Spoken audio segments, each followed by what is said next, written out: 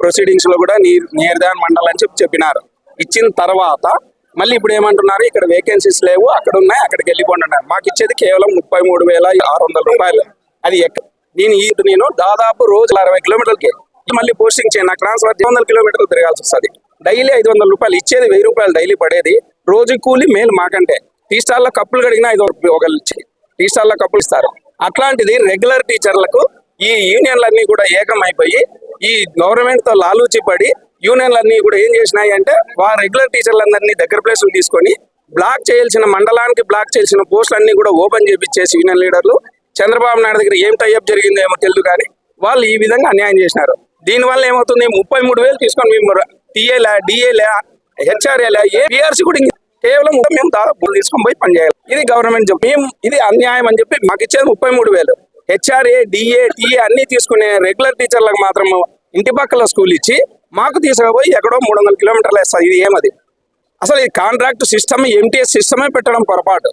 ఇస్తే రెగ్యులర్ ఇవ్వాల్సింది, లేకుంటే లేదు. 25 ఏళ్ళు 30 ఏళ్ళు నష్టపోయినా ఇప్పటికీ నష్టపోవాలని చెప్పి అంటుంది. ఆ రోజు కూడా ఇదే తెలుగుదేశం గవర్నమెంట్ మాకు అన్యాయం చేసింది, ఇప్పుడు కూడా ఇదే ఇప్పుడు అన్యాయం చేసింది. నేను పక్కా టీడీపీనే, 30 ఏళ్ళు మా ఫ్యామిలీ టీడీపీ ఫేవర్. కానీ ఈ రోజు మాకే అన్యాయం జరుగుతుంది.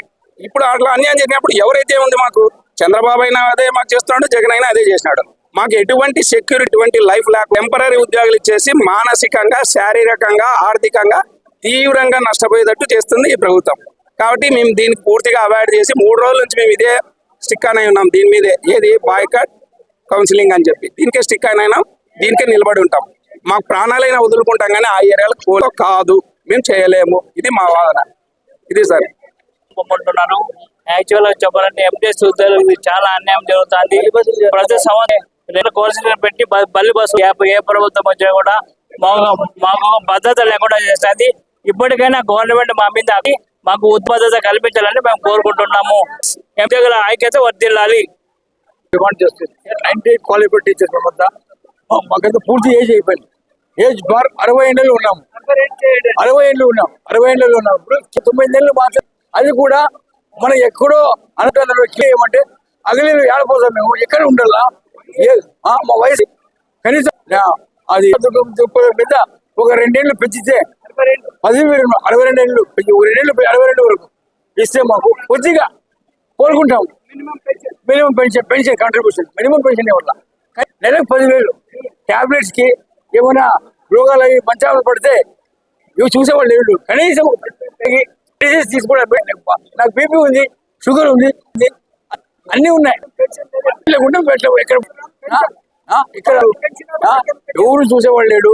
కాబట్టి మనకు ఆదుకోల్లా లేని పక్షంలో మేము ఇంకా లాస్ట్ లో ఏం లేదు, సూసైడ్ చేసుకుంటాం. సూసైడే ఇంకా వేరే మార్గం లేదు. No other option. 2 సంవత్సరాలు పెంచాలి, సూసైడ్ చేసుకుంటాం అంతే.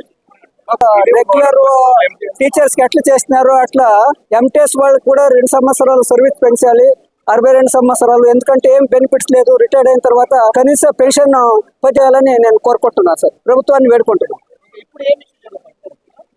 అదే సార్, దూర ప్రాంతాల్లో ఉన్నారు, దూర ప్రాంతాలకు పోయేదానికి అయ్యలేదు, కడల్లో కేటాయిస్తే పోతామని చెప్తున్నాం.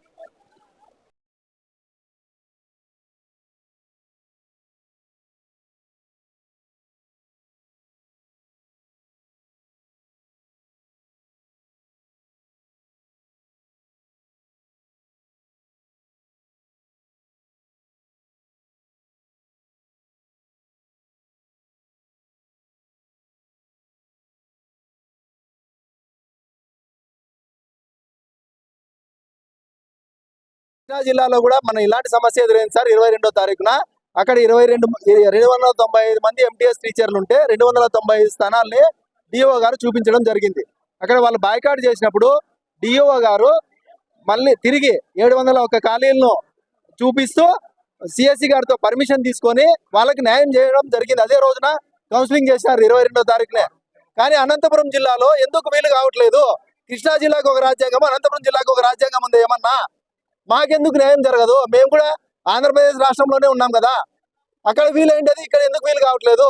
మాట్లాడితే జీతాలు చేసే వీలు కాదంటున్నారు. మేము ఆర్థిక శాఖ అనుమతితోనే ఉద్యోగాల్లో చేరడం జరిగింది. ఎందుకు జీతాలు చేసేదానికి వీలు కాదు? గవర్నమెంట్ జాయిన్ కావడం జరిగింది అంటే అడ్జస్ట్మెంట్ కోసం మమ్మల్ని ఖాళీ ఉన్న vacancy left of vacancy list లో పెట్టాలని రూల్ లేదు. లెఫ్ట్ ఆఫ్ వేకెన్సీ లిస్ట్ లో పెట్టాలని రూల్ లేదు, ఎక్కడ లేదు. ఇంకో పాయింట్ ఏమంటే కానీ ఏదో మమ్మల్ని తీసుకుంటే నియర్ ఆఫ్ ప్లేస్ అగ్రిమెంట్ లో మొదట రాసుకుంటారు జాయిన్ అయిన వర్కర్స్ ఇవ్వడానికి సార్, తప్ప అంటే ఇచ్చారు. ఇప్పుడు ఈ టైంలో మాకు 2 ఉంటే పోస్ట్ ఖాళీగా ఉన్నాయి 18 రూపాయలు. జిల్లా విద్యాశాఖ నియర్ ఆఫ్ విలేజ్ మండలం చూపిస్తేనే మేము జాయిన్ అవుతాం.